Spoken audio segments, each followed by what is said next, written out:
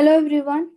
So we are going to begin with the polity crash course for the prelims exam. And our today's topic of discussion is the making of the Indian Constitution. So let us begin. The Indian Constitution did not fall from the sky on 26 January 1950.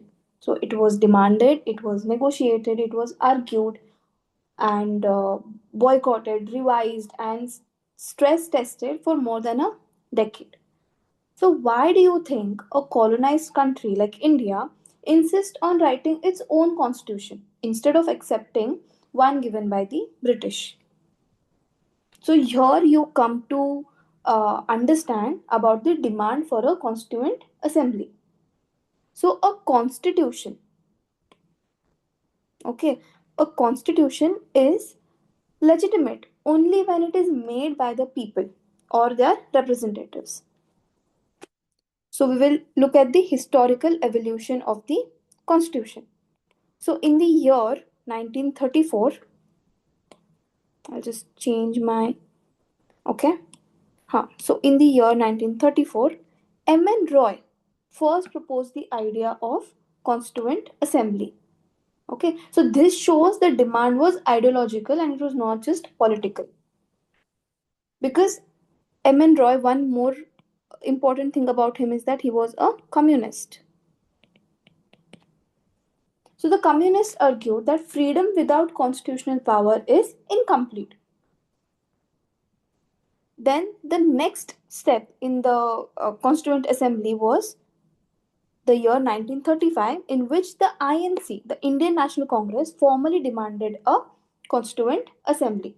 So Jawaharlal Nehru in 1938 clearly stated that constitution must be framed without outside interference, and the members of the Constituent Assembly must be elected on an adult franchise.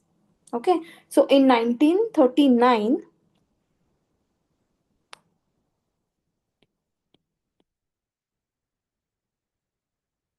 an INC resolution was promulgated for this same issue. Okay, so in 1940, something happened called as the August Offer. Okay, so according to this, the British accepted the principle of Constituent Assembly. So for that, they sent a Cripps mission in 1942. Okay, so a Cripps mission promised constitution after the World War II. Okay, but the Muslim League rejected it and it demanded two Constituent Assembly. Okay, so that's why it failed. The Cripps mission failed because it came on with the idea of a single constitution, but the Muslim League was nowhere to subside with this idea. Okay, so finally, the final breakthrough was of the Cabinet Mission Plan, which laid down the framework for the assembly. Okay, in 1946. So these years are important, but you understand the events of what happened. You can make a flow chart of this. M.N. Roy first said, then INC demanded for a constituent assembly. Then British accepted it in 1940. Then the Cripps mission happened in Cripps in 1942, and the Cabinet Mission Plan finally was a breakthrough in 1946. All right. So these notes and the lecture that I'm giving is made from Lakshmikant itself. So what you can do is use these notes and the lecture as a guide for your preparation. So you can read Lakshmikant with the help of this video, because this is very concise, because as it is a crash course and it is important for prelims, so it is in a very concise format. Okay.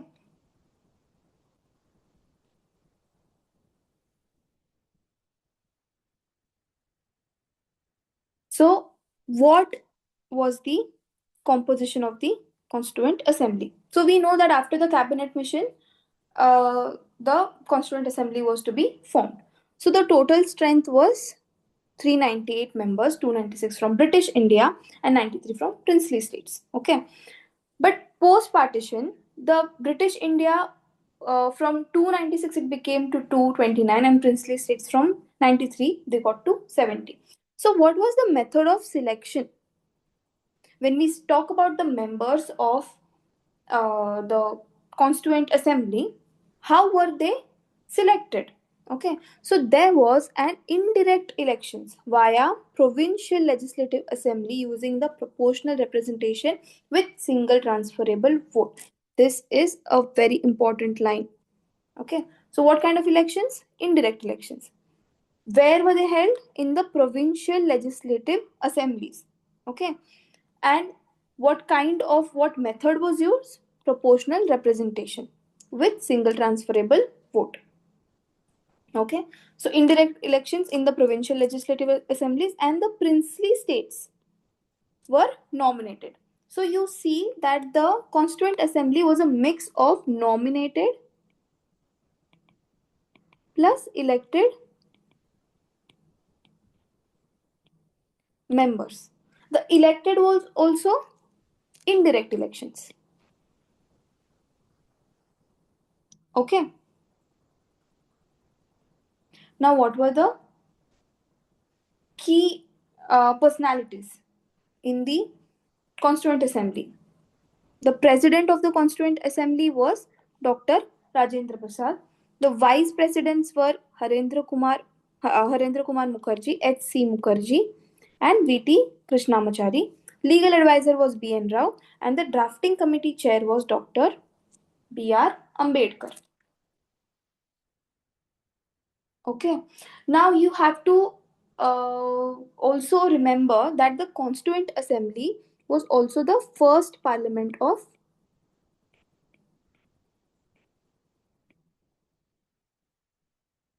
India.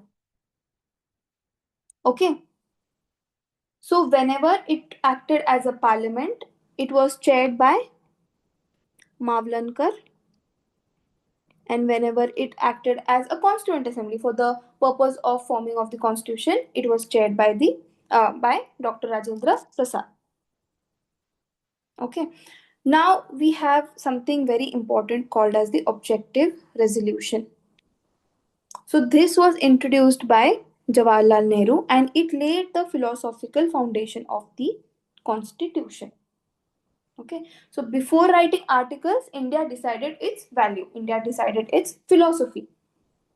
So this objective resolution was moved on 13 December 1946 and it was adopted on 22nd January 1947. Okay, so what were the core ideas? India as a sovereign democratic republic, guarantees of justice, liberty, equality, fraternity, federal structure with divisions of powers, protection for minorities and backward classes, okay, territorial integrity, commitment to world peace. So where do you think you see or this is reflected? This is reflected in the preamble of the constitution. We'll also deal with the preamble in some time, so you will understand. Okay, so the preamble is the objective resolution in a condensed format. Okay. Now, another important thing regarding the Constituent Assembly is the committees, and very important are the major committees. So, if you are referring to Lakshmikant, you will have a table or everything is given in detail about the major committees and minor committees. So you have to focus more on the major committees. जैसे the rules of procedure. Who was the chairperson? Dr. Rajendra Prasad. Steering committee, Dr. Rajendra Prasad. Order of business, K.M. Munshi. States committee, J.L. Nehru.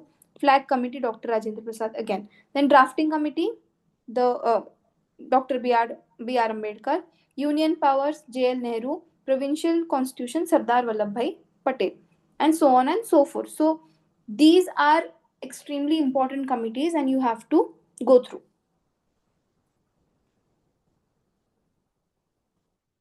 Okay, then there are some other functions as to why this body was unique.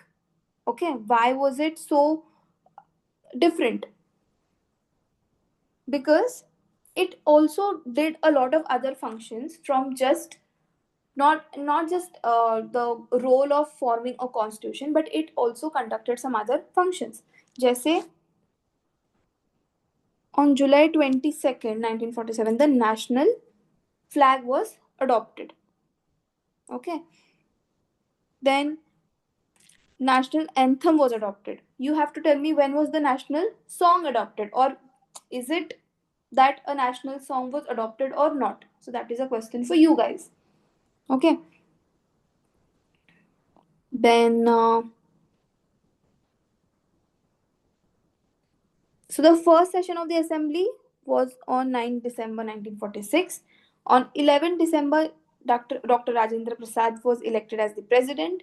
On 13 December, Nehru presented the objective resolution, like we've already seen. And on July 1947, Assembly got full sovereignty via the Indian Independence Act. What you understand by this is that now, via the Indian Independence Act, the Constituent Assembly could also repeal any of the British acts. Okay, so it became a fully sovereign body. Okay, now important thing is, when was the Constitution adopted and when was the Constitution enforced? This is a direct question. So adopted is in on 26 November 1949, and when it came in force on 26 January 1950. Okay, so why is this particular date important? Because Purna Swaraj was declared on 26 January 1930. Okay, that's why this date was chosen for the enforcement of the constitution. Now there is some criticism regarding the Constituent Assembly. Like, it was not representative because members were either indirectly elected, and there was no universal adult suffrage. Okay, so the people who were elected were also limited. They were not, everyone was not allowed to contest elections. And it was not sovereign because it was created by the British Cabinet Mission Plan, which was finally a breakthrough, like we already discussed. Then the Congress dominated as per Granville Austin. Congress was the assembly. So you see that majorly Congress was it, because Muslim League had already boycotted, and a lot of princely states were also not involved. Then it was Hindu dominated. This was criticized by Winston Churchill. And it was a lawyer politician dominant. So even if you go through the constitution, you will see a very lawyer based language. You'll see very difficult jargons. Okay, so you see that it is a lawyer domination. And it was also considered to be time consuming because it took over 2 years, 11 months, 17 days, versus the US's um, the constitution took just 4 months. Okay, so that's why it is called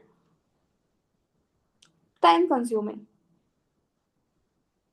So what we have to understand with this is that a constitution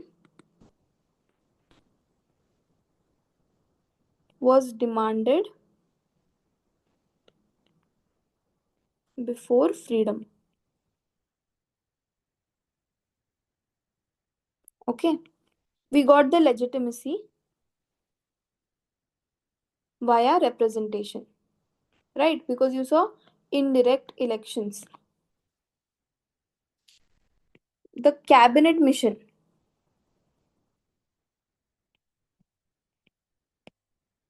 created the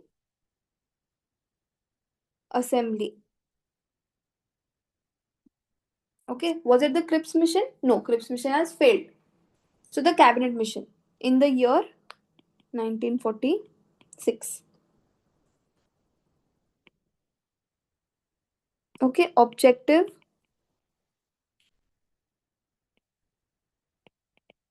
resolution gave the philosophy. What gave sovereignty?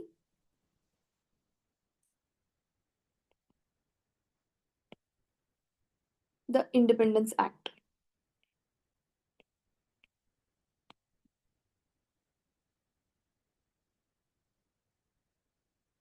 All right. So you, like I said, use it with your Lakshmikant. If you just want to go through these notes, you can do that as well. But I better give you a suggestion that you can use it with your Lakshmikant. While you read it, you can just download. I'm sorry. You can just underline the important points that are discussed in the lecture. Okay. So we are done with. Okay. So one thing that I had to mention about the cabinet mission is that the cabinet mission tried to keep India united while accommodating diversity. Okay. How? First of all, it rejected the two constituent assemblies and it just proposed for one constituent assembly, and it introduced representation through provinces and princely states. So this was not like a perfect plan, but it was a compromise plan given by the British. So that's why you have this particular structure. Okay, that's why you have indirect elections via the provincial legislative assemblies, and you have the princely state members which were nominated. Okay, so this was given by the cabinet mission. Okay, so what all is important? The chronology is important. This chronology is important. Then this is important. Who were the members of the Constituent Assembly? Key personalities are important, obviously. Okay, objective resolution is important. Major committees, principal committees, minor committees, sectoral committees, the key events and timelines. So why was it unique? Why was the Constituent Assembly unique? That is important. What all was adopted? What all was promulgated right after the Constitution? So here you can see that some articles like citizenship, elections, transitional provisions came into force on November 26, 1949, and the entire constitution was enforced on 26 Jan 1950. So before even 26 Jan 1950, some articles were already enforced. Which were those? Like citizenship, elections, etc. Okay. Criticism is not that important for prelims, but it is important that you just know about it. Okay. Now let's move on to the next topic. Salient features of the Indian Constitution. So now we saw that the Indian freedom fighters or the forefathers, they demanded for a constituent assembly. Okay, so then the cabinet mission happened and we got a constituent assembly. Okay, we made the constitution. Okay, we tried to take different things from, we tried to inspired borrowing, we did that, and we finally made a Indian constitution. So what was the philosophy, what was the logic behind all of that? So India did not borrow blindly. Okay, India borrowed selectively and strategically, and then over engineered the constitution for its own reality. Okay, so there are certain features of the Indian constitution. So we will see what the features are. So you will notice that India is a very long, it has the lengthiest constitution. Okay, yet it can be amended. Okay, yet it is flexible, but also it is rigid. So you will see all of this in the coming topic. So what are the salient features of the constitution? It first, it is the lengthiest written constitution. Then it is drawn from various sources. Okay, it is a blend of rigidity and flexibility. It has a federal system with unitary bias. It has a parliamentary form of government. It has a synthesis of parliamentary sovereignty and judicial supremacy. it has integrated an independent judiciary, and it has a single citizenship. Okay, so every salient features answers one Indian problem. We will see how, okay, how this is kind of a problem solution chapter. Okay, so the first one, why is it, why is our constitution so long, why is it the lengthiest written constitution? Okay, why didn't India keep a short constitution like the USA? Because there are four major reasons. एक तो we are we are a vast country. Okay, we have geographical and social diversity. Then we have linguistic, cultural, social complexity. ठीक है? So its length and details are necessary to address the complexity and diversity of Indian society, governance, and administration. ठीक है? Then also it is a single constitution. What do you mean by that? We have just one constitution for the center and the states. Okay, unlike US has separate state constitutions. Okay, and also the legal minds dominated the assembly. Like we saw, it was dominated by lawyers. So you see that technical jargons, you see those technical words and technical length of the they prefer clarity, right? They prefer detail, precision, the lawyers. So you see that is reflected in our constitution. Okay, so originally it had a preamble, it had 395 articles divided into 22 parts and 8 schedules. Okay, so today we have almost 470 plus articles. Okay, and we have 12 schedules. Okay, so this is an exercise for you. You have to find out about the added parts. Okay, which were the added parts? Okay, now the next uh, salient feature is that it is drawn from various sources. So a lot of times it is called as a borrowed constitution. But does borrowing mean copying? Does borrowed mean you just blindly copied? No, it does not mean that. Okay, because there are different layers of it. Firstly is the structural layer, because most of the provisions are borrowed from the Government of India Act of 1935. So this gives the structure. Okay, plus the federal scheme, the judiciary, governors, emergency, public service commissions, all of this. Then we have a philosophical layer. Philosophy, as in the fundamental rights, the DPSPs, all of these are the philosophy of the constitution. Okay, then we have the politically operational layer, and that is taken from the British Constitution. So it is wrong to say that India just borrowed a constitution. India borrowed tools. So the tools were borrowed. What kind of tools? The structural tools, the political tools, the philosophical tools. Okay. So that is why it is borrowed, but it is not copied. More than half of the provisions resemble the 1935 Act because it gave us that structure that is needed for the governance of the country. Okay. The next salient feature is it is a blend of rigidity and flexibility. So, if the constitution is supreme, why allow easy amendments? So, there are triple track amendment system. Okay, we have ordinary legislation, ordinary legislative processes. What do you mean by that? Simple majority. Okay, then we have a special majority.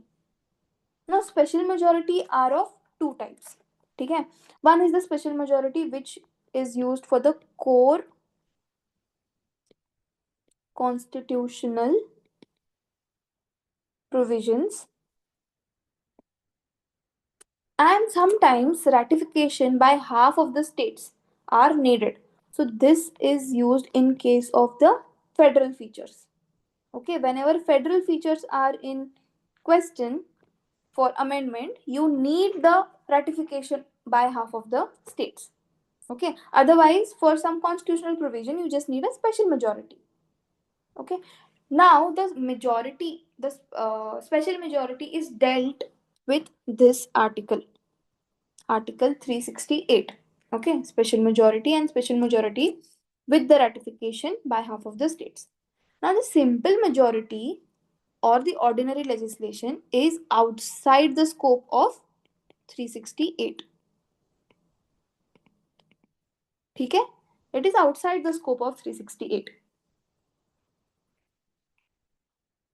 That's why you see that our constitution is both rigid in the case because it needs special majority. We will deal all of it, will deal with this in our later topics, but you just need to understand now what it means.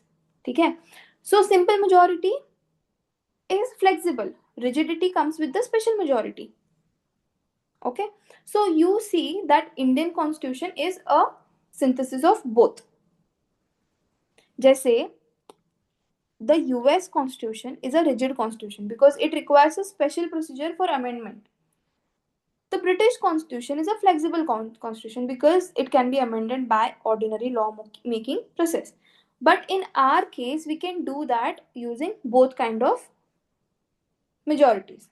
Okay? The examples for this would be simple majority would be Article 2 and Article 3. We will deal with this later just for your examples. Okay, that's why it is called the salient feature is it is blend of rigidity and flexibility. Then it has a federal system with a unitary bias. Okay, so federalism but with a center of gravity. So India is federal, but it does not call itself a federation. Article 1 describes India as union of states and not a federation. Okay, because what does it mean? Because there is no right to secession. What do you mean by secession? The states, when they have a right to secede. Okay, for example, the USA. USA is a federation because the 50 states of USA they signed a federal contract which gave them the federation, but the contract also gave them the power to also secede, to also come out of the federation. Okay, but that is not the case for India. Okay, so we have both features. We have federal features, we have unitary features. Okay, so what is the balance? So we'll see what are the features now. Federal features. What are the federal features? Federal features are dual government. We have center and states, division of power, written and supreme constitution, bicameralism, independent judiciary, and rigidity of the constitution. ठीक है, but there are also some unitary or non-federal features जैसे strong center, single constitution, single citizenship, flexibility of constitution, integrated judiciary, appointment of governors by the center, all India services, and emergency provision that centralize power during crisis. So here you see a tilt towards center. Okay, there is a unitary tilt. So important to understand here is that Casey Weir called our system of constitution as a quasi federal system. Okay, Granville Austin called it cooperative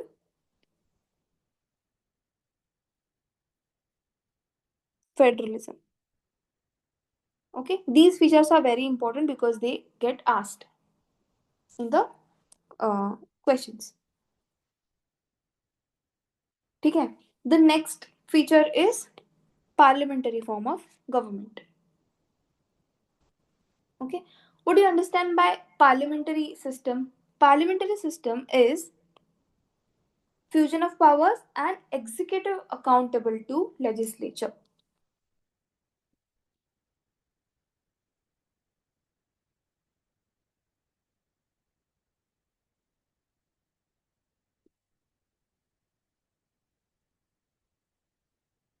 Okay, this is parliamentary.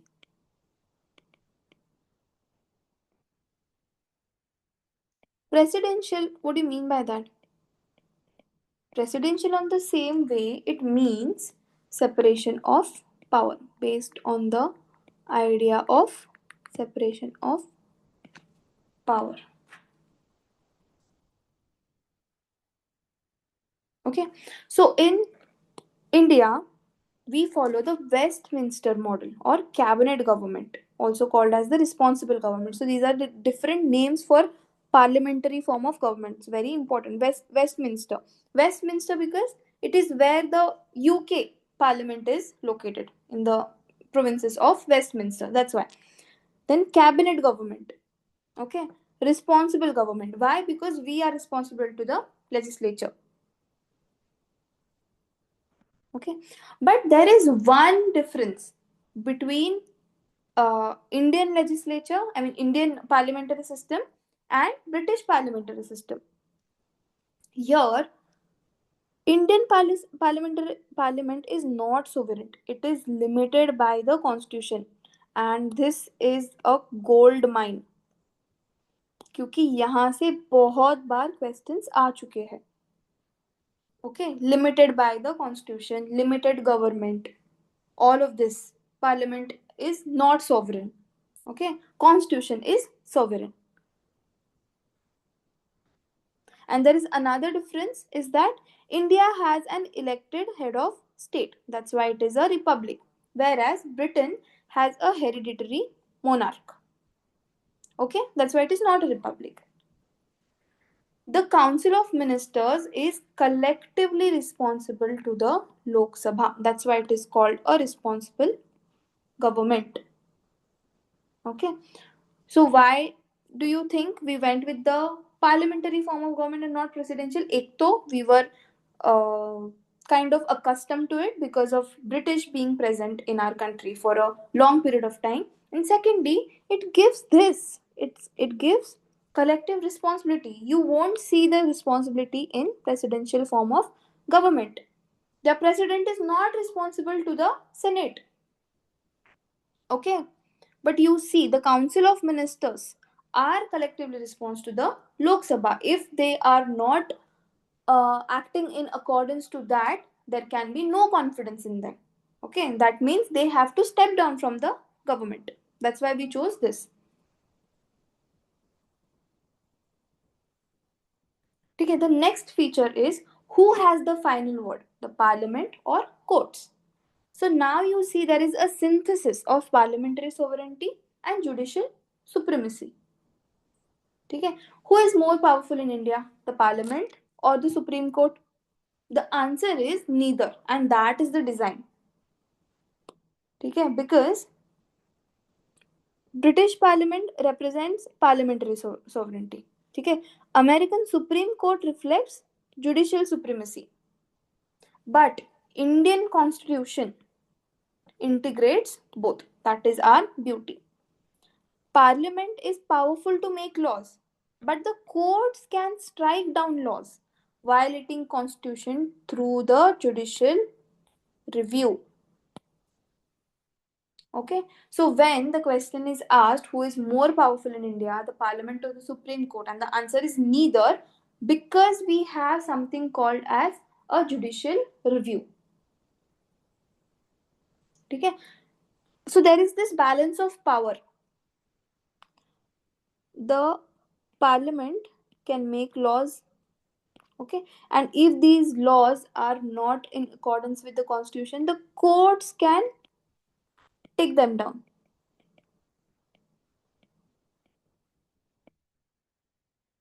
right? At the same time, the parliament can amend the constitution, correct? It has also got that power, okay?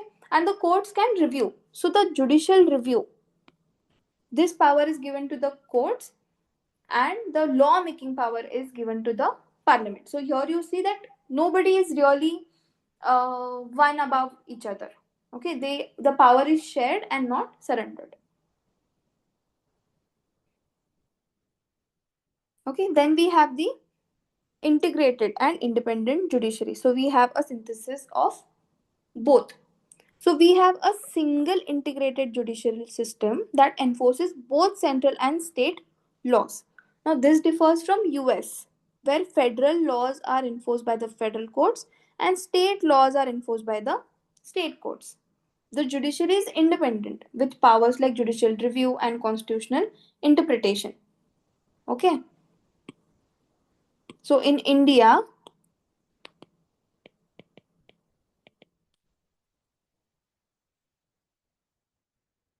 there the concept exists of judicial review, but it is not as strong or not as broad as the US. Okay, we have a little bit of narrower judicial review as compared to US, but we do have it. Okay, because we have both integrated and independent judiciary. Integrated because we have a single judicial system for center and state, and independent because powers like judicial review and constitutional interpretation is with the judiciary. Okay, then we have the single citizenship. Though India has a federal structure and dual polity with respect to state and centers, it provides only for a single citizenship, that is the Indian citizenship. Okay, unlike US, where the citizen hold dual citizenship, national and state. So, for example, if I belong to the state of Goa, and if Goa were in US, then I would be a citizen of US plus I would be a citizen of Goa as well. But that is not the case in India. I am only a citizen of India. There is no citizenship for states. Okay. Why is this needed? Because this promotes national unity and equal rights for all citizens across the country. Okay. What are the other salient features? Fundamental rights. Okay, guarantee civil liberties to citizens enforceable by courts, and there are six fundamental rights: right to equality, right to freedom, right against exploitation, right to freedom of religion, cultural and educational rights, and right to constitutional remedies, which is itself a fundamental right. Then we have DPSPs, directive principles of state policy. Okay, this was termed as novel feature by Dr. Ambedkar, and DPSPs guide the state in policy making to ensure socio-economic justice. Okay, so the FRs, the fundamental rights, give you political justice,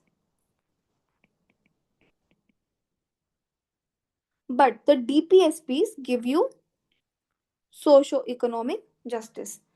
Now they are classified into socialist, Gandhian, and liberal intellectual principles. Now this classification is not by the constitution, okay?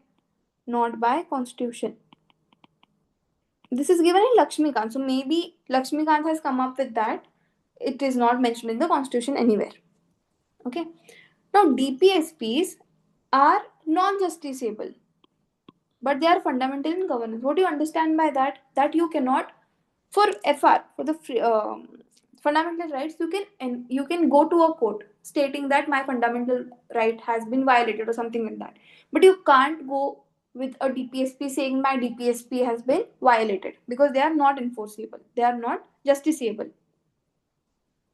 Okay, but they are fundamental in governance, so the state should always have their policies made on the basis of DPSPs.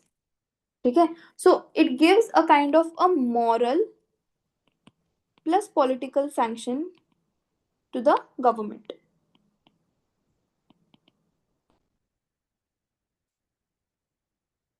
Okay, then we have the fundamental duties, which is the part A and Article 51A. So added by the 42nd Amendment of 1976 on Swaran Singh Committee's recommendation. Very important. Okay. So these are the citizen-centric responsibility.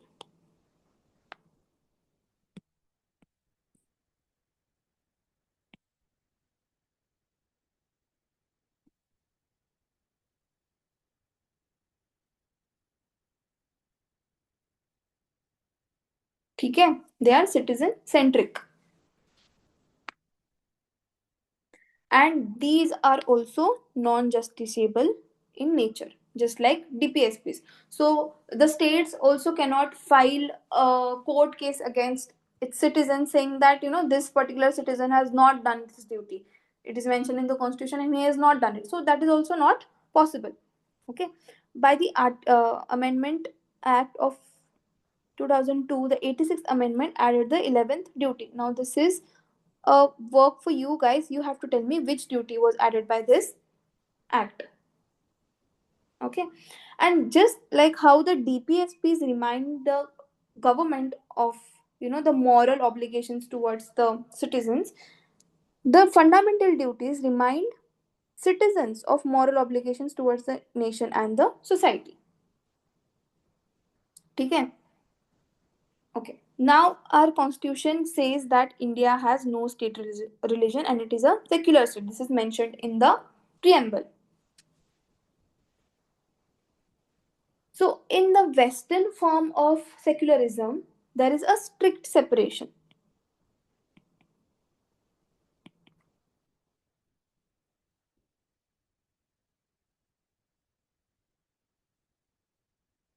Okay. But the Indian secularism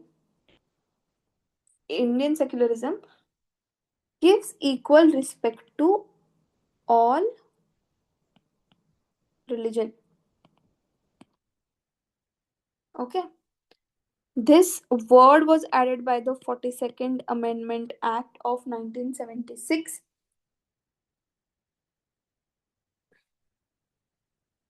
ठीक है? Now the next we have universal adult franchise from day one. Okay, ever since we have the constitution in force, we had universal adult franchise. We didn't have to fight for it. Everyone was allowed. Everyone, all the citizens of India aged 18 and above can vote.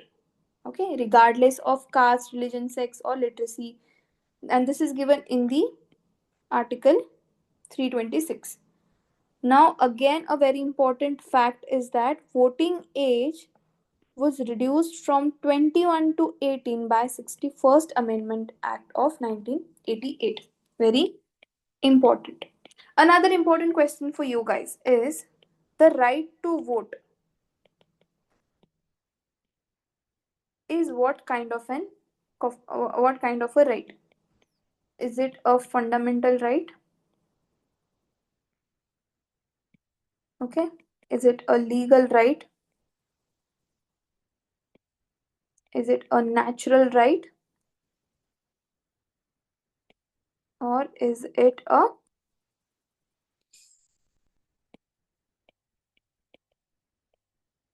constitutional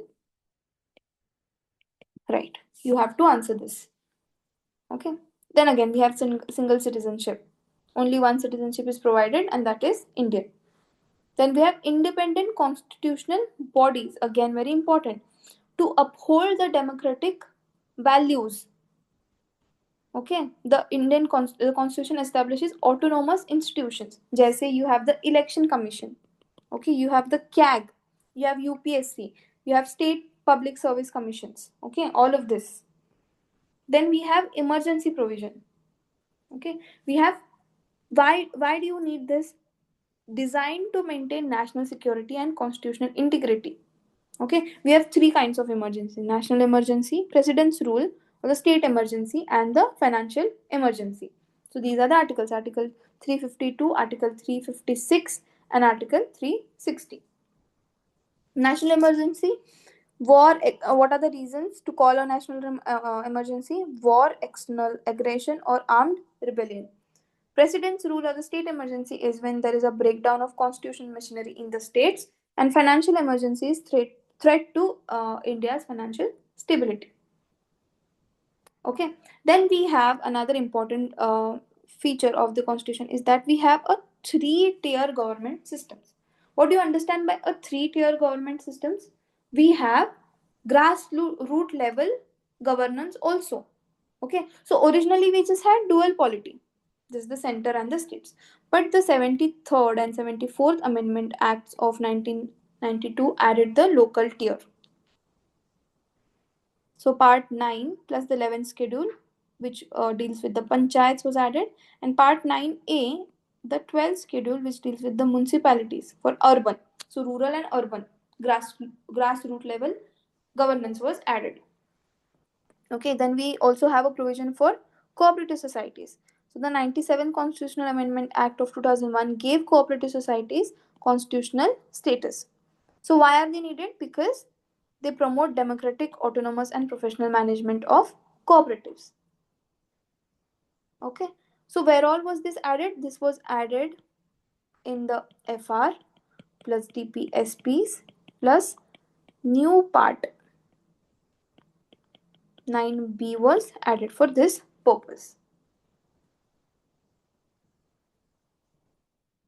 Okay. So the sources of constitution is very important.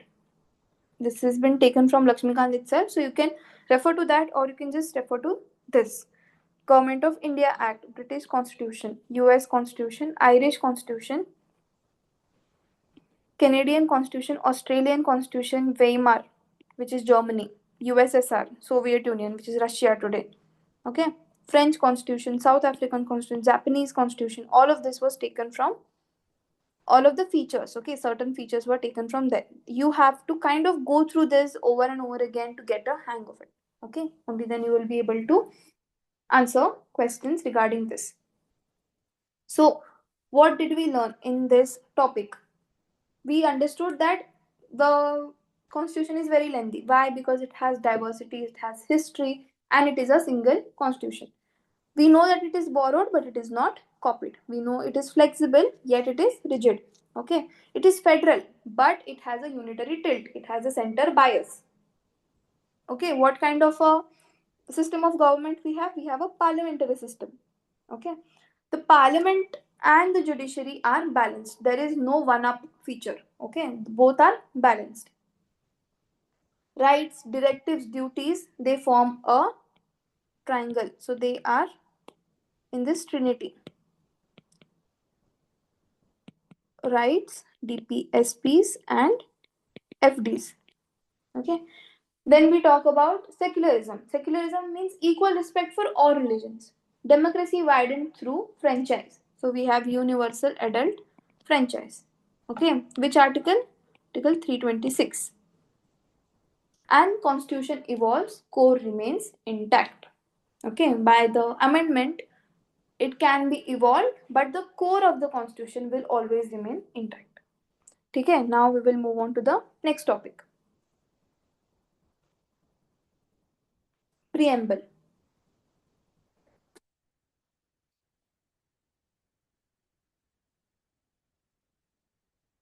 Okay.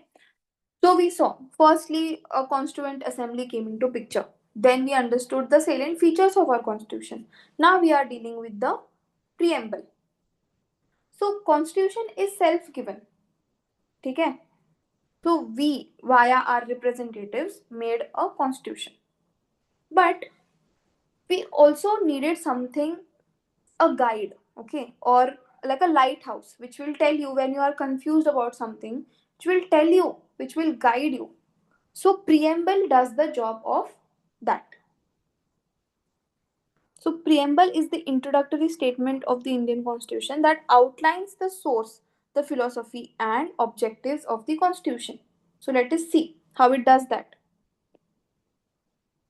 So this is the preamble. We, the people of India, having solemnly resolved to constitute India into a sovereign, socialist, secular, democratic republic and to secure to all of its citizens justice, social, economic, and political, liberty of thought, expression, belief, faith, and worship, equality of status and of opportunity, and to promote among them all fraternity, assuring the dignity of the individual and the unity and integrity of the nation.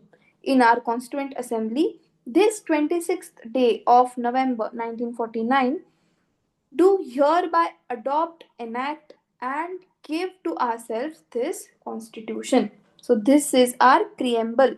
What does it talk about? It talks about the source of power. What is the source of power? We, the people of India. So, from where does the Constitution get power? From the people, us. Then it talks about the ideals of the Constitution: sovereign, socialist, secular, democratic, republic. These are the ideals. Okay. Then it talks about the aspirations of the people. What are the aspirations? Justice, social, economic, and political, liberty of thought, expression, belief, faith, and worship, equality of status and of opportunity, and fraternity. Okay, brotherhood among them all. There is one very important date given here: 26th day of November 1949, which is November 26, 1949, the date of adoption of Constitution. Is it 26th Jan 1950? Is that the date of adoption? No, this is of enforcement, commencement. Okay, commencement. But adoption is on 26th November 1949. You have to mark this somewhere.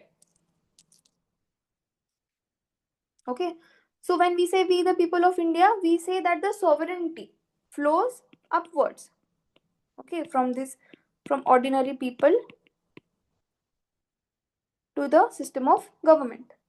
Okay, and not downwards.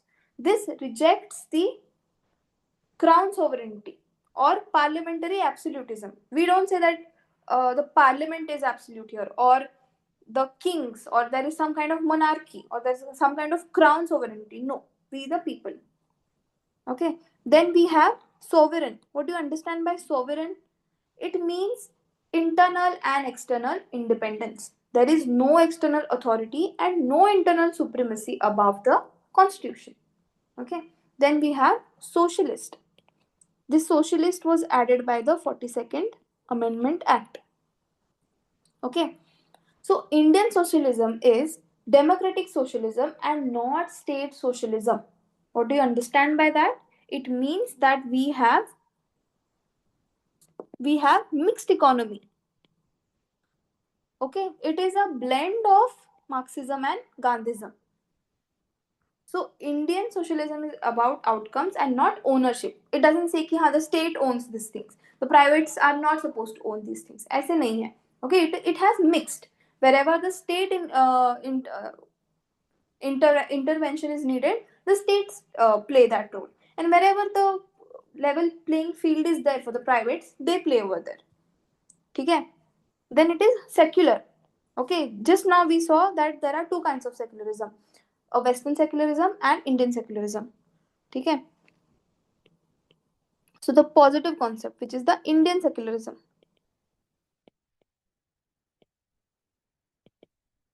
which talks about equality.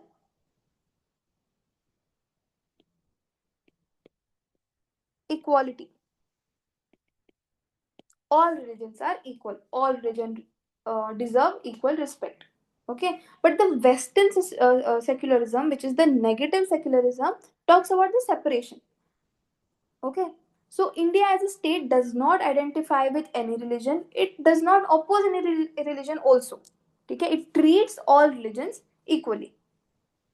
Okay, then we have democratic. Okay, what do you understand by democracy? It is by popular sovereignty. Okay, rule by consent, janadesh.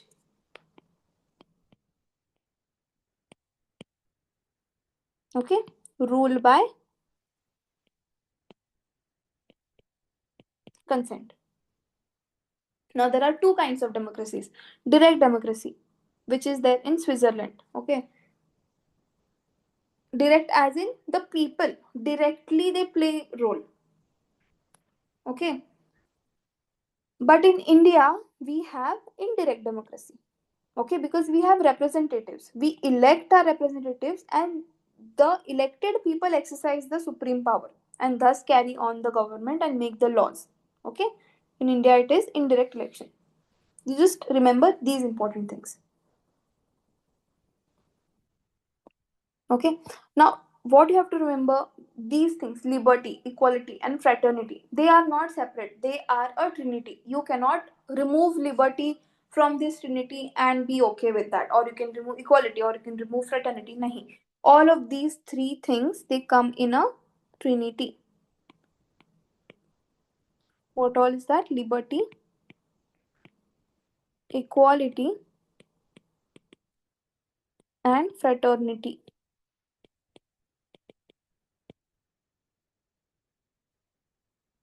Okay, then we have republic, because we have a elected head of state. Okay, and the political sovereignty is with the people, it is not with any kind of monarchy, and there is no privileged class. Okay, absence of any privileged class, vesting of political power in the people, that is the popular sovereignty, and we have an elected head, which is the president of India. Okay, then we have justice. What kind of justice we have? We have social, economic and political. Okay, this is influenced by the Russian Revolution, 1917. Then we have liberty. So, what do you understand by liberty? Liberty does not mean absence of law. Does it mean that कि law ही नहीं है? It does not mean that. Okay, it means absence of restraints on the activities of individuals, and at the same time providing opportunities for development of individual personalities. Okay, so it means the absence of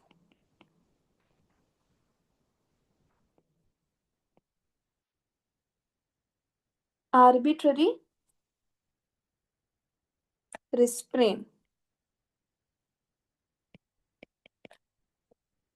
Okay, so it gives liberty plus opportunity, that is also inherently involved. Okay, then we have equality. Equality means no special privileges, absence of special privileges. Okay, and there is equal opportunity and adequate opportunities for all individuals. Okay, but this does not mean equality before law, does not mean identical treatment, because further you will understand about positive discrimination also. Equality only means the likes should be treated alike. Okay, then we have fraternity. Fraternity is the sense of brotherhood. Okay, and why is it needed? To assure two things: the dignity of the individual and the unity and integrity of the nation. The word integrity has been added by the 42nd constitutional amendment. Okay, so without fraternity, liberty becomes chaos and equality becomes resentment. Okay, now very important, the legal status of preamble. Now we know that this preamble was like a summary. Okay, so there has always been this question whether the preamble is a part of the constitution or not. Okay, whether it can be amended. Okay, so the first case in this was that the Berubari Union case. So here it held that preamble is not a part of the constitution and it cannot be used for interpretation. Okay, and this was later overruled. Then in Golaknath case, it was held that preamble lays down main objectives of the constitution the constitution seeks to achieve. Okay. Then came our landmark judgment, Keswananda Bharati case of 1973. So this decision, which said that preamble is not a part of constitution, was overruled in Keswananda Bharati case. So Supreme Court held that the preamble is an integral part of the constitution. Okay, but it is not a source of power, but it is useful in interpreting ambiguous provisions, and it is a part of the basic structure.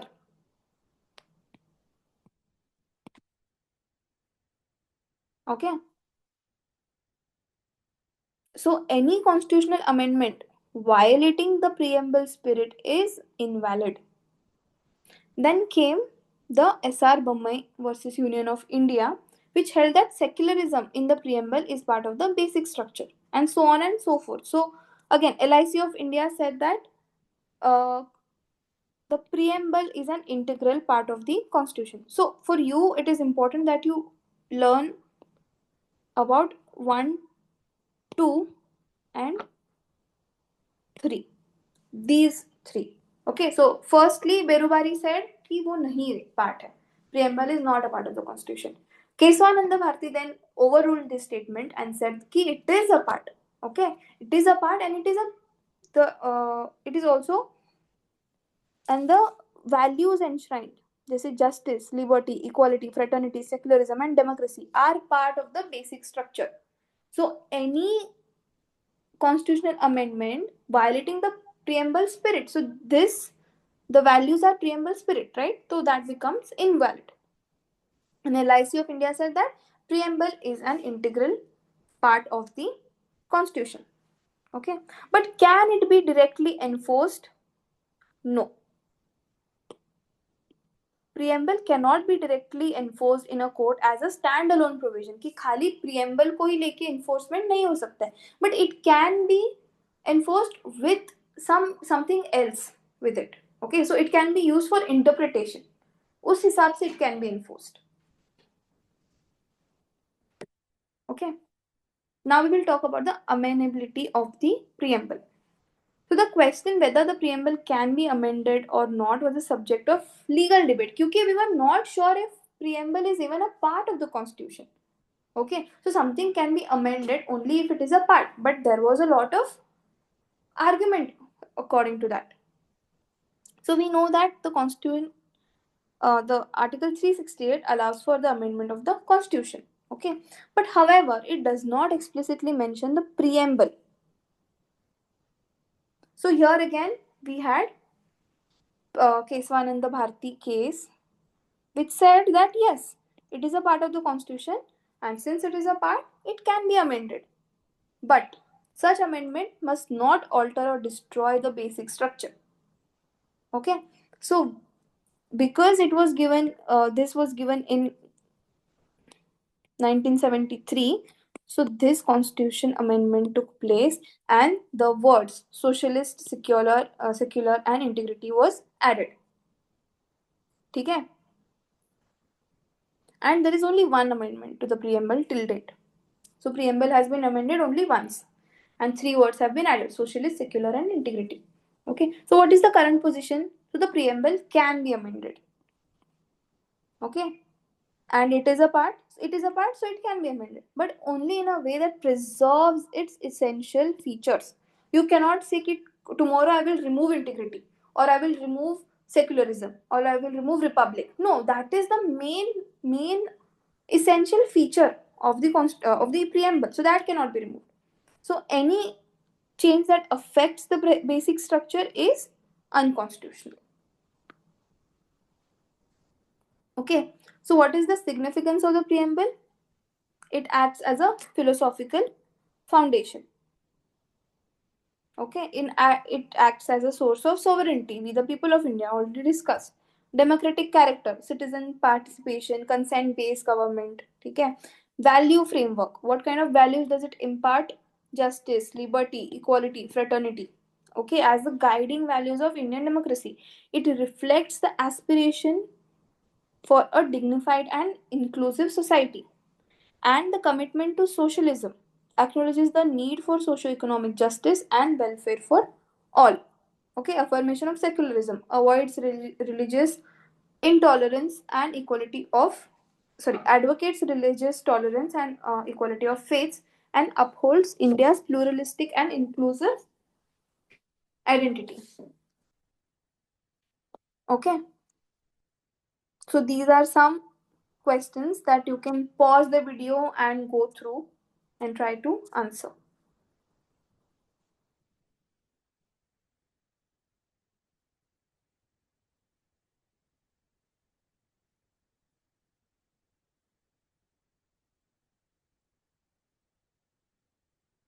Okay, so what have we learned for this particular topic?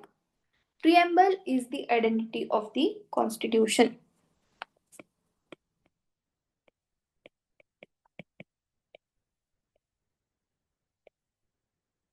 Okay, what is the source of authority?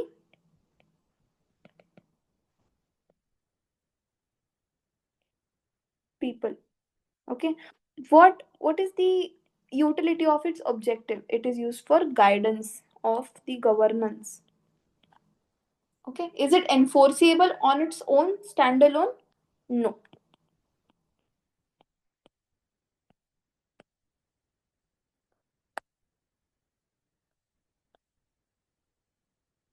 Okay, standalone enforcement means, see, suppose secularism is mentioned in the preamble. So you say tomorrow कि नहीं नहीं secularism is mentioned in the preamble and it has to be justiciable जाके court के पास, you cannot ask for it. Okay, but the basic structure, that is the core, the main feature is secularism, so it can be used in fundamental rights. Okay, it can be used in DPSPs, ऐसे करके उसको enforce किया जा सकता है, but not alone, not standalone. Okay, and it is preamble a part.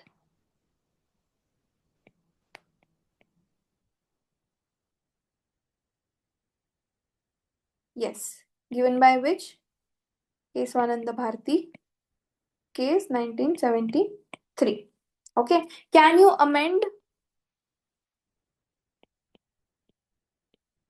Yes, because it is a part, so it is amendable. But you cannot destroy the basic structure, subject to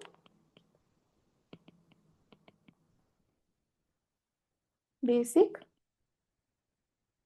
structure. Okay, and it acts as a living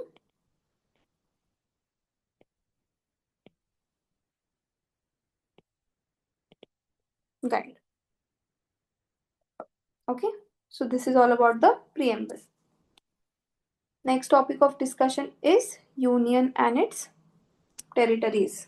Okay, so अभी तक we saw the constitution. Okay, उसमें when we were talking about the salient features of Indian constitution, we understood that India is not a contract between states like US.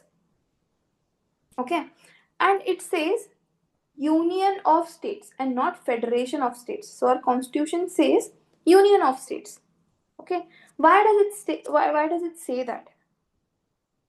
Okay, so this chapter, the chapter that we are going to talk about, the union and its territories, will answer these questions.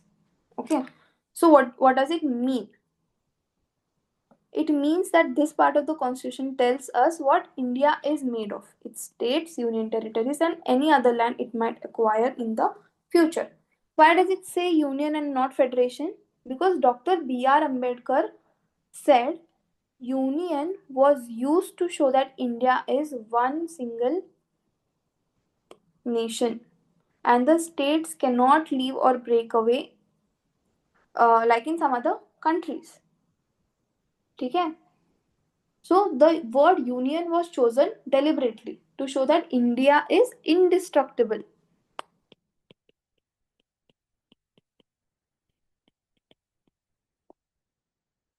Okay? The states do not have the right to secede.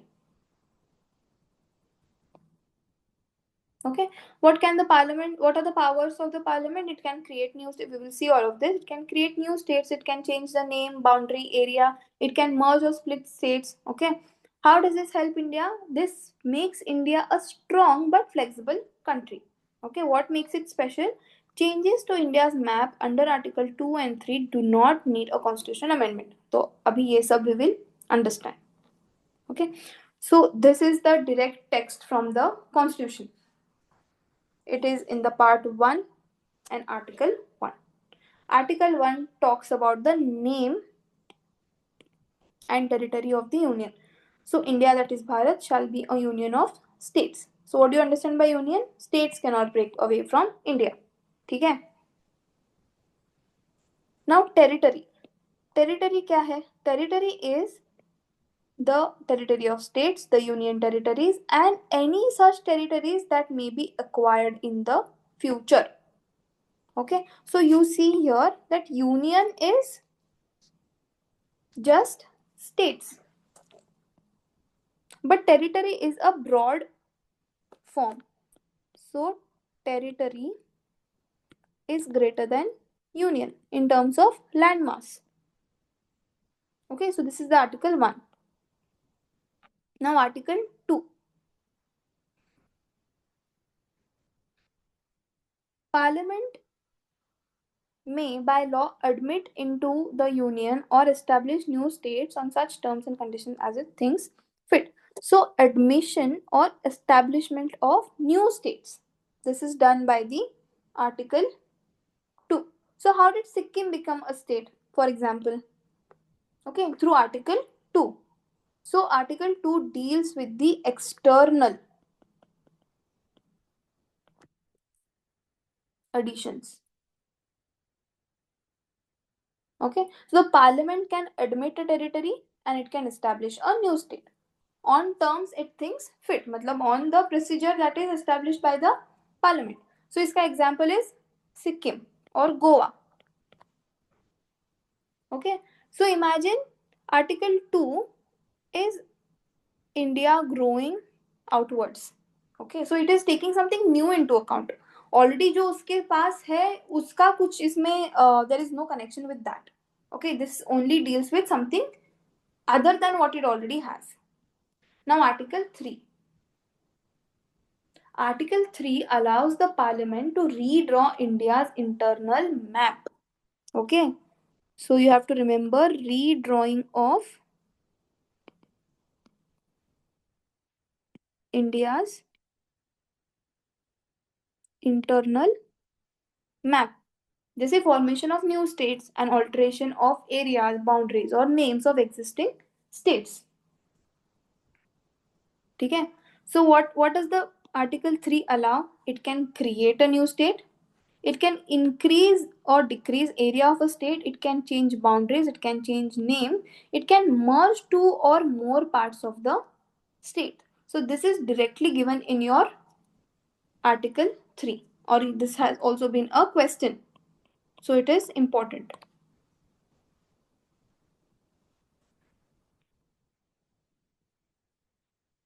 Okay. What is also important here is that president's recommendation is needed. Prior recommendation is needed. The president also asks for the concerned state. Okay. But the consent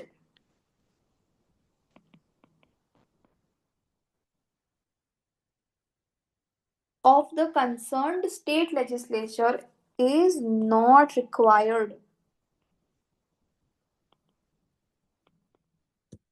Okay, so the president only asks for views कि हम तुम्हारे साथ ये whatever करने वाले हैं. Okay, what are your views on that? And views are not binding. Okay, prior recommendation of the president is needed. Okay, and concerned state का views is needed, but it is not binding. ठीक है?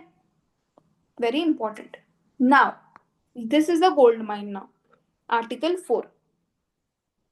Article 4 clarifies that laws made under Article 2 and Article 3, okay,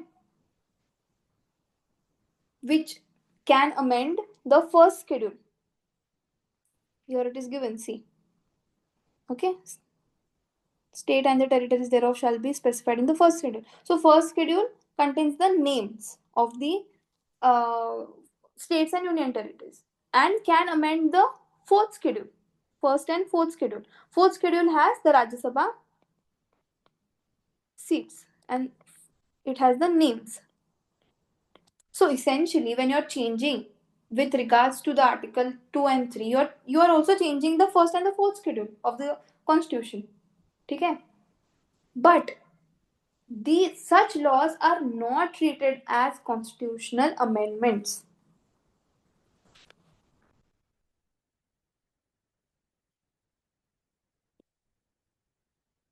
Okay? They are not treated as constitutional amendments. What do you understand by that? That means these 2 and 3 do not come under Article 368. And when they don't come under this, that means they don't need a special majority. What do they need instead? They need a simple majority or simple ordinary legislation. Okay? This is the gold mine that you have to understand. Article 2 and 3, whenever there are some kind of changes done via this in the first schedule and the fourth schedule, but these changes don't need a special majority because they don't come under Article 368. Where is this given? This is given in Article 4 of our Constitution. Okay, so India's map can change by a simple parliamentary law. This is the crux of it. This is what you have to understand. Okay, so you might now think, why did the framers give so much power to the parliament? Because A, you need national unity after partition. B, you need linguistic and regional aspirations. And C, to avoid balkanization. Okay. So flexibility in the boundaries prevents rigidity in unity.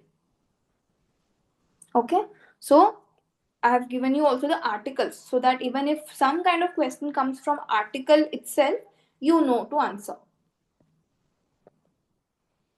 Now the evolution of states. Okay. So we will understand it. So firstly, there was this Dhar Commission. Now you can refer these notes or refer your Lakshmikant, but I will just tell you the crux of it. Okay, Dhar Commission in 1948. Okay, Dhar Commission ने क्या कहा? So so now that the states were being reorganized, so there were questions. किस basis पे the state should be there, whether on administrative convenience or on language or what? So when the Dhar Commission was appointed, it gave its report and it said that administrative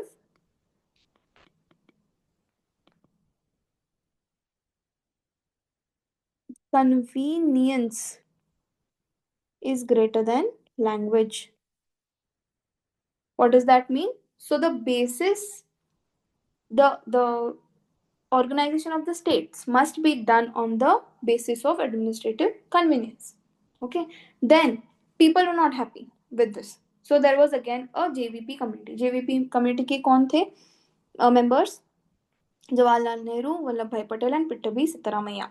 Okay, hence the name JVP committee. Again, it was in 1948 only. Okay, this was June, this was December. So what did they do now? They formally rejected the language as the basis of reorganization of states, and they shifted the focus from language to factors like unity, security, economy, all these. Okay, economic prosperity. Okay, तो ये उनका plans थे. But then something happened. Okay, what happened? In October 1953, the first linguistic uh, state known as Andhra state was constituted because of the popular pressure and the death of the person who was fighting for this. Okay, so due to the popular pressure, they had to create an Andhra state based on language only.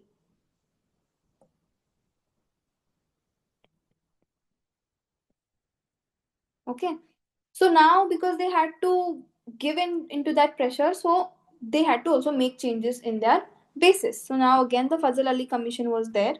So what the Fazal Ali Commission said, कि firstly you see that language के लिए they were hesitating, है ना. Dhar Commission, JVP Commission was hesitating with respect to the uh, linguistic basis. Then they got this reality check. Ki people wanted that actually. Okay. So the Fazal Ali Commission kind of accepted linguistic basis.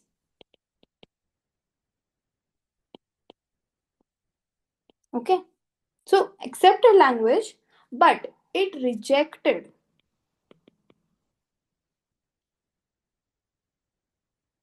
one language is equal to one state formula.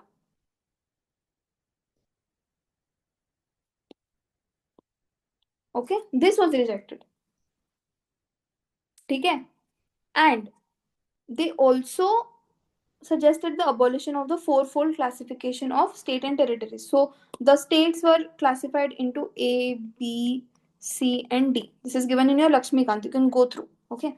So Fazal Ali also abolished the fourfold classification of the states. Okay. So here it is given. See, part A, part B, part C, and part D. So part A was former governors provinces of British India, basically.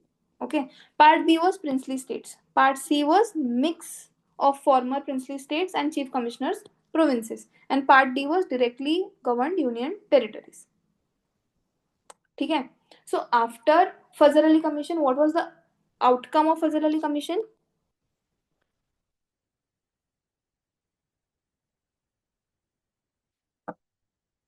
There was a States Reorganization Act of 1956. Okay, and this was implemented by the 7th Constitutional Amendment Act. Okay, so why does it matter? Because the States Reorganization Act of 1956, it abolished the ABCD states and it created 14 states and 6 union territories. Okay, it introduced the linguistic principle, very important. Okay, so creating a more logical and culturally cohesive map of India. Okay, but it was against the one language one state given by Fazal Ali. Okay, and what else did it do? It also created zonal councils.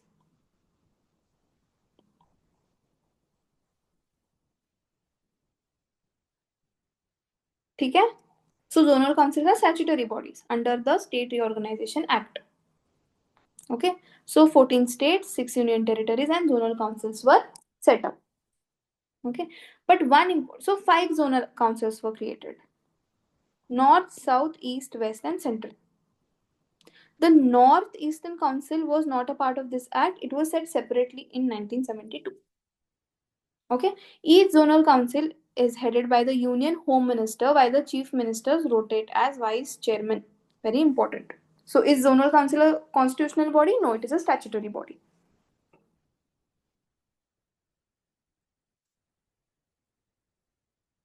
Okay. So there was the parliamentary and state assembly seats were also redistributed based on population. So this ensured fair representation after boundary changes. Okay, what else was done? New high courts were established. Some existing courts were abolished or reorganized, and the act also ensured that laws were adapted to fit the new boundaries without creating legal confusion. ठीक है. Now, State Reorganization Act say created states. Very important. Okay, you can go through this. So Kerala was made up by uniting Travancore, Cochin, South Canara. Andhra Pradesh was made up by uniting Andhra and Hyderabad. Madhya Pradesh was made up uniting Madhya Bharat, Vindhya, Bhopal, ऐसे. Okay. In 1960, Maharashtra and Gujarat bifurcated. Then in 2000s, Chhattisgarh, Uttarakhand, Jharkhand ये बने. Okay, 2014 में तेलंगाना बना. 2019 में the Jammu Kashmir Reorganization Act bifurcated the erstwhile state of Jammu and Kashmir into two separate union territories. Okay, Jammu and Kashmir and the Union Territory of Ladakh. ठीक है. So what is the takeaway from this? Is India a federation? I mean, is it a federation by agreement? So no, it is a union and not a federation by agreement. Do the states have the right to secede? No. Okay. And who controls the territory? The states themselves. No. Okay. The parliament controls territory. Okay. Article 2 and 3 important, which gives the parliament the power for the flexibility. Okay. Article 4 says that Article 368 is not needed. ठीक है. So these are the takeaways. Very important chapter. Okay. So इसी के साथ we will move on to the citizenship.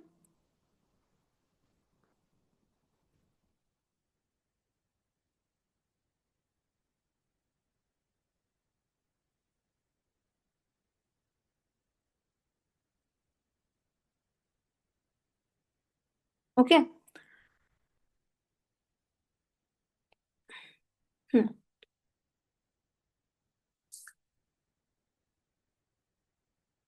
So what do you mean by citizenship? So the citizenship is a legal status that signifies the relationship between individual and the state. ठीक है. It grants certain rights, privileges and duties within a political community. Okay. So in Indian context, the concept of citizenship is rooted in the constitution under part 2, articles 5 to 11. Okay.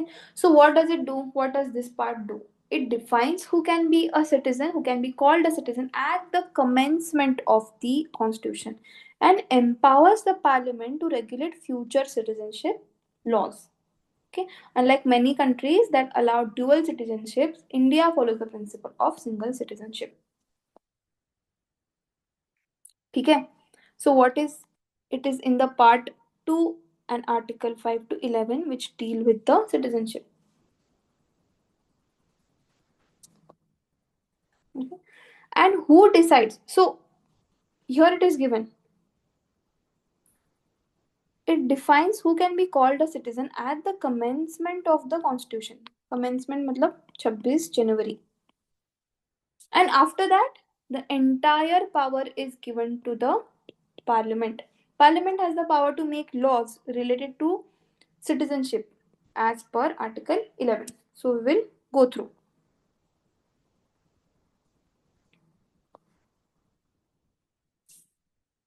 Okay. So part 2, citizenship. Article 5 first. What does the article 5 talk about? Citizenship at the commencement of the constitution. So who is a citizen on 26 January 1950? Okay. You are a citizen if you were born in the territory of India. Either of your parents were born in the territory, and you have been an ordinary resident in the territory of India for not less than 5 years. Okay, commencement matlab this date. Now Article 6. It talks about the rights of citizenship of certain persons who have migrated to India from Pakistan. So if you came from Pakistan, you can still be a citizen. Okay, if he or either of his parents were born in India, okay, defined as per the law, as per 1935 law. And if such person migrated before the 19th of July, so some dates are given, okay, you don't need to memorize all of these dates, you just have to understand ki, what does each article talk about. Article 5 talks about the citizenship at the commencement of the constitution. Article 6 talks about the citizenship of certain persons who have migrated to India from Pakistan, so people who have come from Pakistan to India. Okay. Then Article 7 talks about citizenship of certain migrants to Pakistan. So if you went to Pakistan, what happens to you? So if you went to Pakistan, you will not be a citizen. But there is an exception to this. Okay. If you have come back to India under a permit of resettlement or permanent return, then you can be a citizen. So all of this is only till 26 Jana, by the way. You see all of these dates. Till 26 Jan 1950 तक ही ये सब है. You just understand कि what each article talks about. Okay. Then Article 8. Rights of citizenship of certain persons of Indian origin residing outside India. So if you live outside India, but then you can be a citizen, then there are some provisions for it. Whose parents or either grandparents are born in India, okay, can be a citizen, registered as a citizen by diplomatic consular representative of India. ठीक है.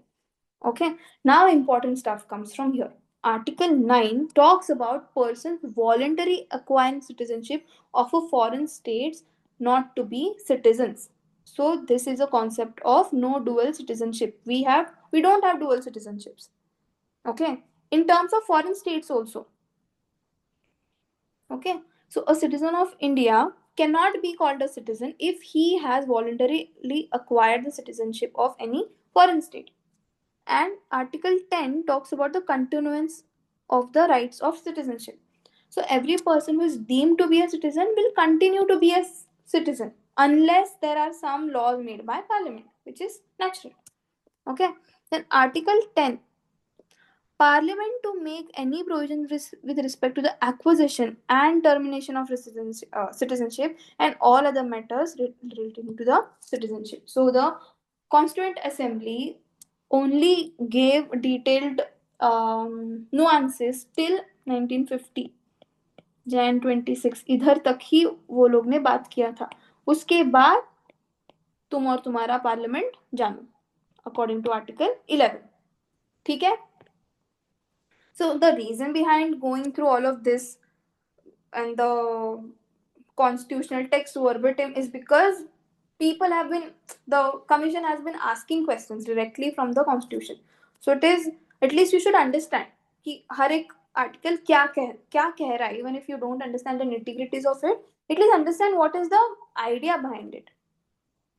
ठीक है. So now, because the constitution gave the power to parliament via article 11, then article 11 के द्वारा a citizenship act of 1955 was made by the parliament. So this law tells how people can get or lose Indian citizenship after 26 January 1950.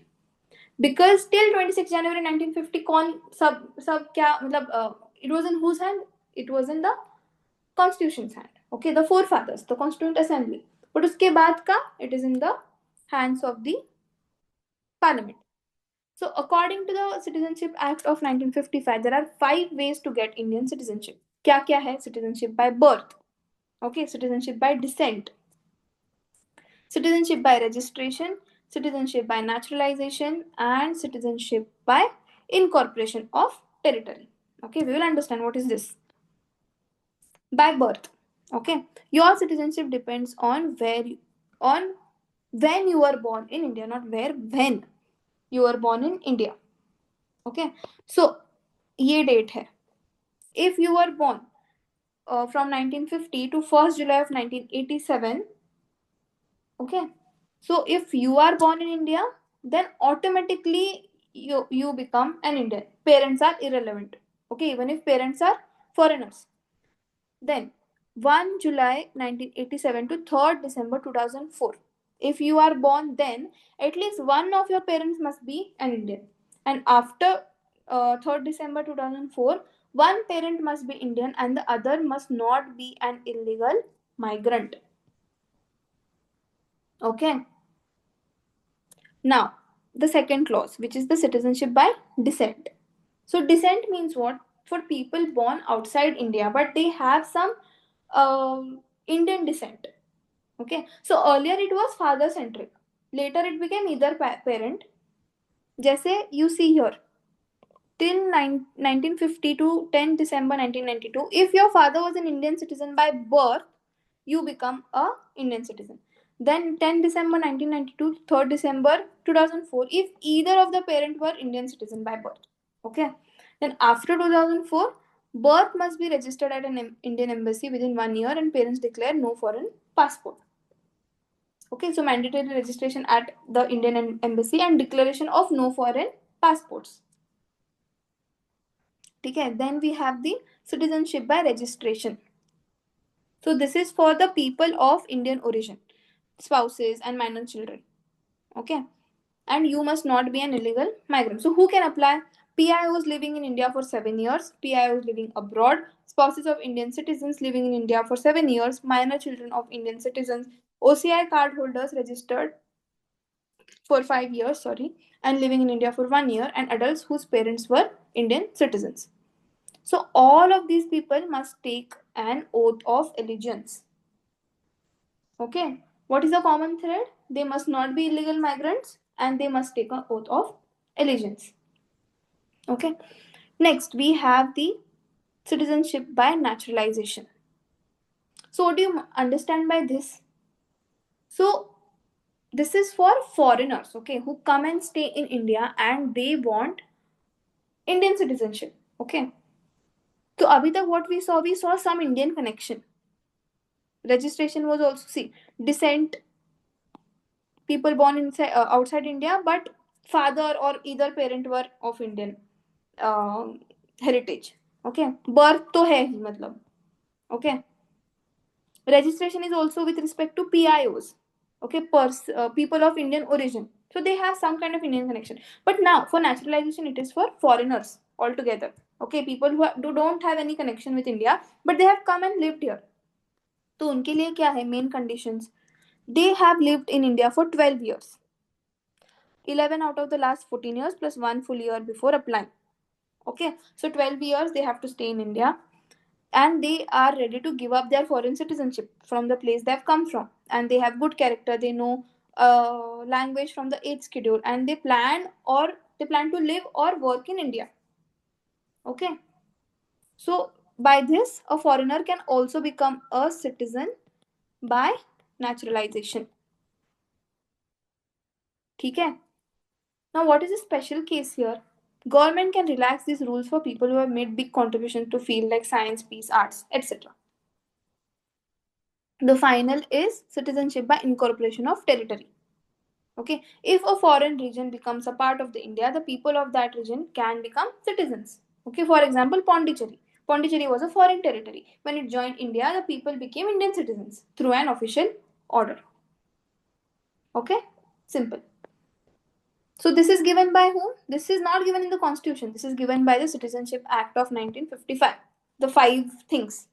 Okay, citizenship by birth, descent, registration, naturalization, and incorporation of territory.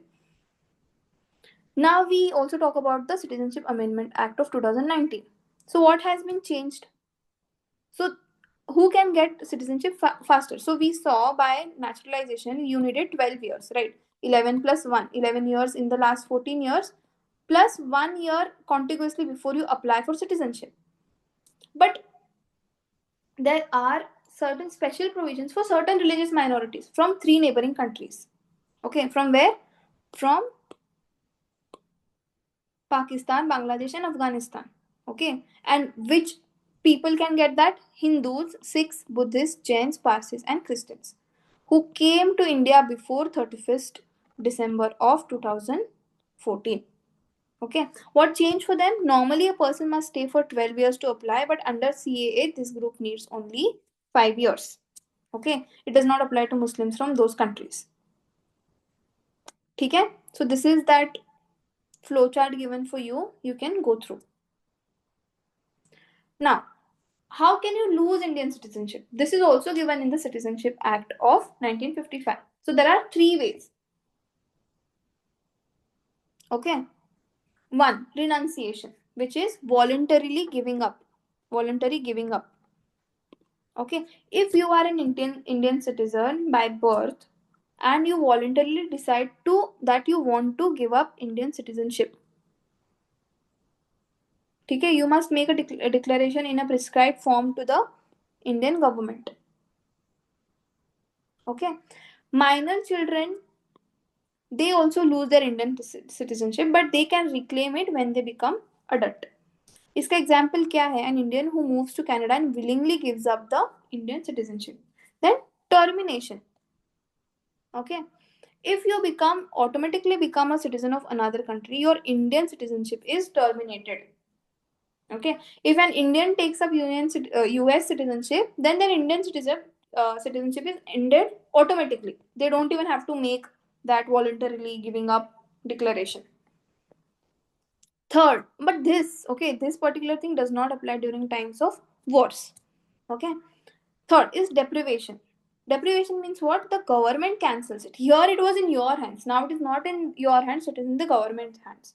Okay. So the government of India can take away your citizenship by force in certain cases. जैसे कि fraud, disloyalty, unlawful trade, imprisonment. Okay. Residence abroad. Okay. There are some facets to it. Okay. In this case, the government can take your citizenship. Okay, one very important topic here is the India Bangladesh Land Boundary Agreement, LBA.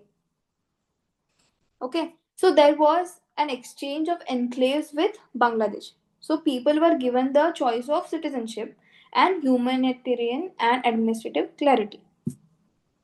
Okay, so exchange of 111 enclaves in Bangladesh for 51 Bangladeshi enclaves in India. ठीक है? So this is about the LBA. Okay, you can pause and read it. Now, what are the differences between NRI, PIO, and OCI? So NRI is an Indian citizen and the person only lives abroad. Okay, is living abroad. PIO is foreign citizen with Indian ancestry. Okay, OCI is also same, foreign citizen with Indian ancestry. Citizenship क्या है? NRI का is Indian. These both are foreigners. Okay, passport क्या है? These hold Indian passports. These both hold foreign passports. Voting rights है NRI को? Yes. These both don't have. Okay, visa requirement not applicable. If an NRI is visiting home in India, they don't need visa. Okay. The PIO people need visa and OCI don't need visa. Okay. Lifespan. NRI तब तक NRI है जब वो बाहर रहता है. Once that NRI comes to India back to stay for like permanently now, is not an NRI anymore. Okay. PIO is merged with OCI now and lifelong visa to India renewable every 10 years. Property rights. Can NRI buy land and property? Yes. Okay. The PIOs can buy land but only non-agricultural land. Okay. And this is also same. Government jobs. Yes. The NRIs are eligible. They can give UPSC, they can give the Public Service Commission exams and they can get a job. Okay, but these both are not eligible for the same. Okay. NRI pays tax if he or she stays in India for 182 plus days. and this category is abolished. And it cannot vote, run for office, or buy farmland. Okay. So what is the takeaway? Citizenship is a legal, political membership. Okay, where is it? It is in part 2. From what all articles? 5 to 11. What kind of citizenship we have? We have single citizenship. Okay. The future citizenship procedure is handled by whom? Parliament. Future as in after 26 Jan of 1950. Okay. Acquisition है. Given in what? Citizenship Act of 1955. How many are there? 5. Birth, descent, registration, naturalization, and incorporation of territory. Okay. Laws, again in the same act, 3 hai. What are those? Voluntary declaration. Okay. Then you have automatic, it is given up when you take something else, some other country's citizenship. And the last one is deprivation by the government. Okay. So this is all. We did the making of constitution. We understood the salient features of the Indian constitution. We understood the preamble. We understood union and its territories, and finally we understood the citizenship. Okay. Thank you. And do revise from Lakshmikant. Use these lectures and these notes as a guide to understand Lakshmikant better. You can also solve certain questions given at the back of Lakshmikant. Those questions are really good. They can help you in your revision. And thank you. Keep studying.